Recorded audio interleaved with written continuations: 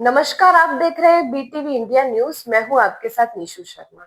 अंकलेश्वर के बोरबाठा बेट में दशा मां की प्रतिमाओं का विसर्जन किया गया। श्रद्धालुओं ने नम आंखों से मां को विदाई दी।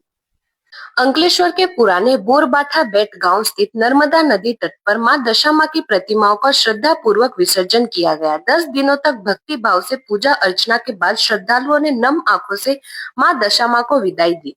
विसर्जन के दौरान सुरक्षा व्यवस्था के लिए स्थानीय पुलिस और अंकलेश्वर फायर विभाग की टीम तैनात रही। वहीं नर्मदा नदी को प्रदूषण से बचाने के लिए गांव के युवाओं और क्लीन भरूच क्लीन नर्मदा समूह ने विशेष अभियान चलाया। श्रद्धालुओं से पूजा सामग्री अलग एकत्रित कर वैज्ञानिक तरीके से उनसे निपटान की व्यवस्था की गई। बड़ी संख्या में श्रद्धालुओं ने अगले बरस तो जल्दी आके जय घोष के साथ मां दशा मां की प्रतिमाओं का नर्मदा के पवित्र जल में विसर्जन किया।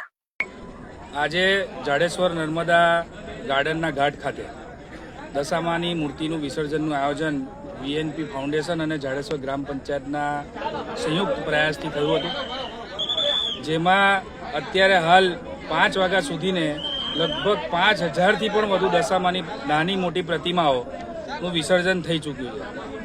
આ કાર્યની અંદર તમામ લોકો સહભાગી થયા છે, ખાસ કરીને પોલીસના જવાનો, ફાયર સેફટીના લોકો, પંચાયતની ટીમ, અમારા જિલ્લા પંચાયતના સભ્ય, તાલુકા પંચાયતના સભ્ય, અમારા જાડેશ્વરના આગેવાન કૌશિકભાઈ અને અમારા મિત્ર મહાકાલ સેનાના સૌ સહયોગીઓ, અમારા મિત્રો તથા હમણાં અમારા મિત્ર પ્રજ્ઞેશભાઈ પણ એમની ટીમ લઈને અહીંયા સેવા આપીને ગયા છે અને ખૂબ એકતાથી શાંતિપૂર્ણમય જાડેશ્વરના આ ઘાટ ઉપર આ વિસર્જન થઈ રહ્યું છે। તમામ લોકો શાંતિથી ભક્તિભાવ માહોલની અંદર જોડાયા છે।